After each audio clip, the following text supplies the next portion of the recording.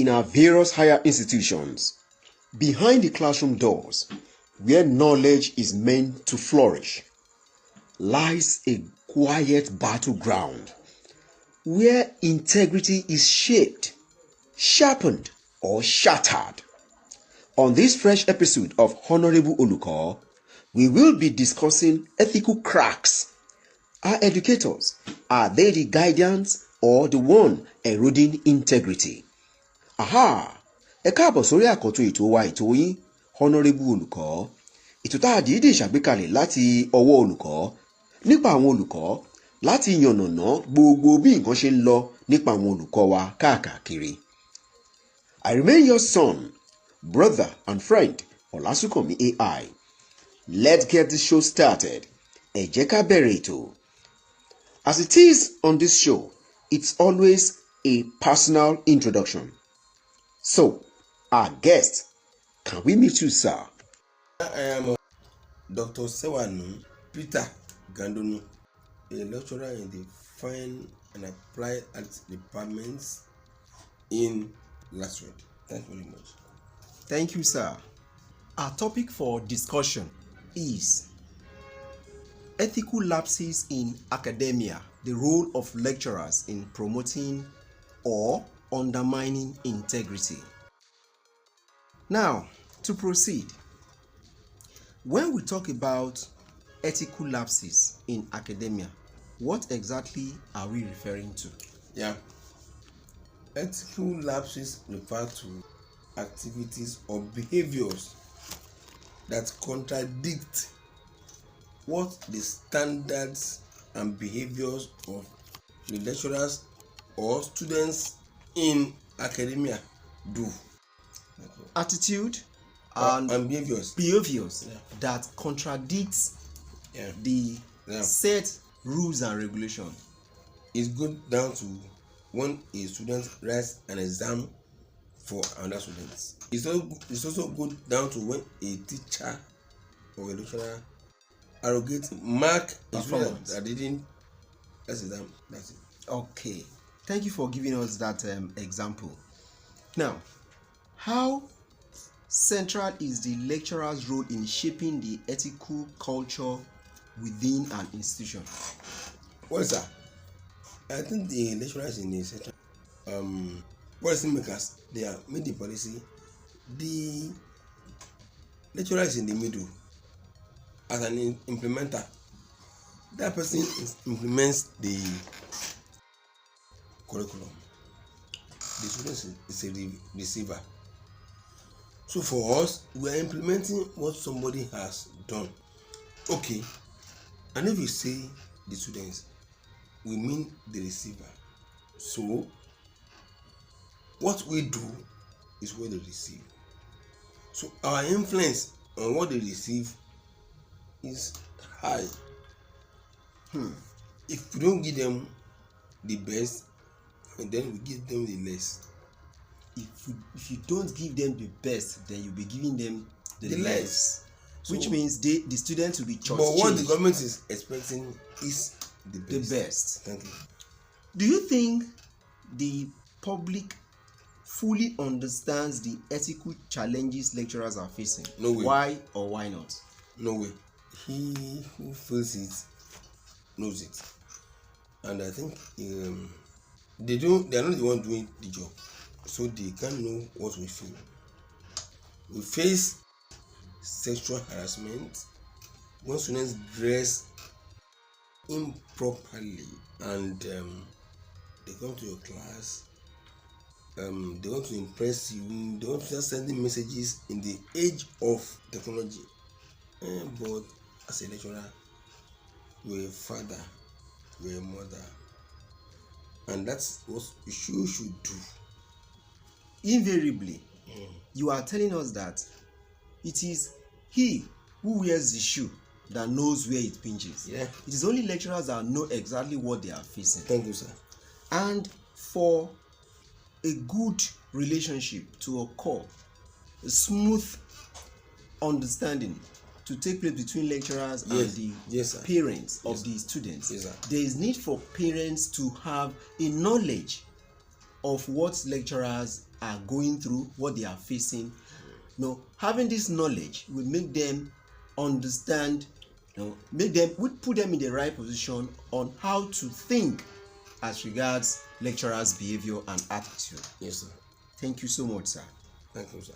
What are the most common ethical breaches committed by lecturers? Oh, there are many. I'm amazed you are facing the lecturers. You are not facing the other stakeholders. Okay, but I will answer your question. But for the lecturers, we are talking about plagiarism. You are adding yourself to a research you did not partake in. Falsification of data. Probably you are telling the university or the management or the state whom you are not. I will also talk about sexual harassment. From lecturers to students. Yeah, okay. When you look at students as a person that you can make love with or do other things with, and you arrogate marks or scores as a reward. Yeah, I can also talk about a lecturer who has interest in particular students against some other particular students. Those are the things I know, at least at my level. So we have plagiarism, data falsification, academic dishonesty, improper authorship, sexual harassment, and many others. Thank you, sir. Now, let's paint an illustration here. Okay. There are situations where we have lecturers that are really doing good. They take their lectures, the proper way. Students enjoy the teaching. They impart knowledge. They give score according to students' merit performance. They try the best they can. We appreciate such lecturers. Kudos to them. However, there are some cases that we hear of that concerns lecturers' attitude. An example is absenteeism. When lecturers, is either they don't come at all for a lecture, or they come extremely late and they are not apologetical about it. What can you say about this situation? If I may ask, how do behaviors like favoritism, harassment, absenteeism, and the host of it affect academic integrity? When we say academic integrity, in the first place, you were employed for a purpose and you decided to accept the employment. That's the lecturer, right? As a teacher. That you will teach the students as I went due, and the students, on the other hand, will accept the timetable that the university has planned, has put in place. So if you don't appear in those periods, you are cheating. Cheating? Yeah. Okay. You are cheating. So who is the lecturer cheating now? Well, I don't know. I cannot name anybody, but I know if you are not in a place where you're supposed to be at every time, you are cheating, because you get your salary at a when due.